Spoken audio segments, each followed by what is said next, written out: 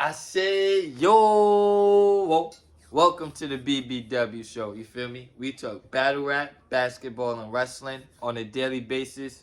Please subscribe to the channel if you haven't. The topic for today is Buff Bagwell's Dark Side of the Ring. Wow. Wow, wow, wow. I was not expecting this, bro. I was not expecting this. And some nasty part, this was funny, but then this was also sad. I'm not gonna lie, this was really sad. This was really sad, bro. Buff Bagwell had probably one of the best bodies in wrestling in the 90s. One of the best bodies, bro. He literally, his gimmick was his body. You feel me? Buff the stuff, bro. This Dark Side of the Ring really put a spotlight on Buff Bagwell that we've never seen before. Never seen before, bro. One, he always came from money. I never knew that. He always had money. Always had money, bro. They talked about him having 3 brothers. He was always a good kid, you feel me? Always a good kid. Played football or whatever. Then I guess Missy Hyatt seen them going into her building and then said, yo, bro, you look good. You should be a wrestler, you feel me? You got a nice size to you. He was good. He was a nice, good amateur wrestler, you feel me? He was in multiple tag teams. Him and Scotty Riggs. Him and Two Coach Scorpio. Multiple tag teams, you feel me? They talked about him shooting at his dad. Literally shooting at his dad. Literally, bro. That was crazy to me.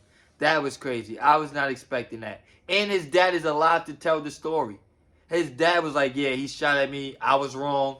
He was right in that instance. You feel me? He should have did that. He was protecting his mom. Like, bro, they said a lot, bro. They said a lot. I ain't gonna lie. They said a lot.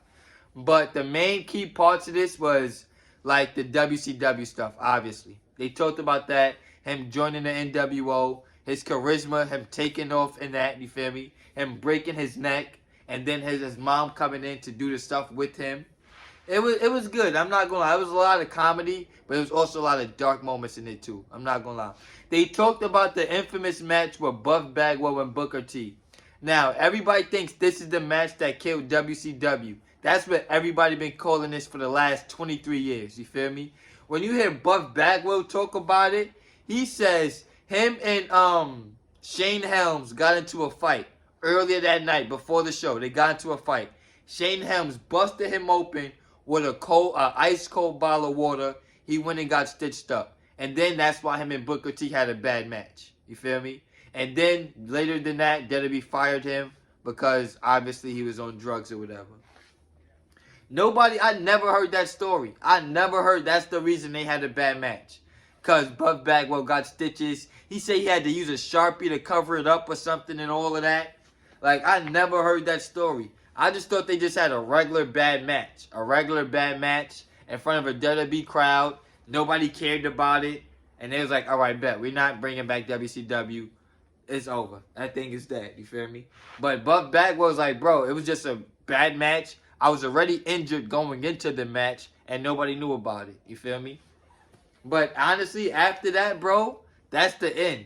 Like, that's literally the end almost. You feel me? They talk about him becoming a male gigolo or whatever. That was kind of funny. I ain't gonna lie. Buff Bagwell being a male gigolo was funny. Because it makes perfect sense, bro. His gimmick would lead to that. You feel me? It was like, that makes sense. That makes sense. They talk about him doing bad movies. But, like, it was honestly, bro, like, he was at the highest of highs. NWO, WCW, 83 weeks, all of that. And then, just like that, he was missing. You feel me? After he got fired from WWE, he never got picked up again. He never went to TNA, never went to Ring of Honor, New Japan, nothing. You feel me? Never went back to WWE.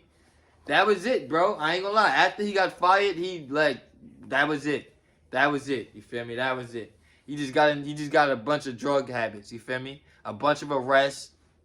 Like, that was it, bro. That was it. It was entertaining for a little bit, but it wasn't too dark to me. If we being honest, it wasn't too dark because Buff Bagwell is still here to tell his story. You feel me?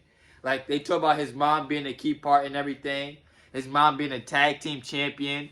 Like, you feel me? That was cute. That was cute. I ain't gonna lie. Then they talk about his mom passing away. You feel me? God bless.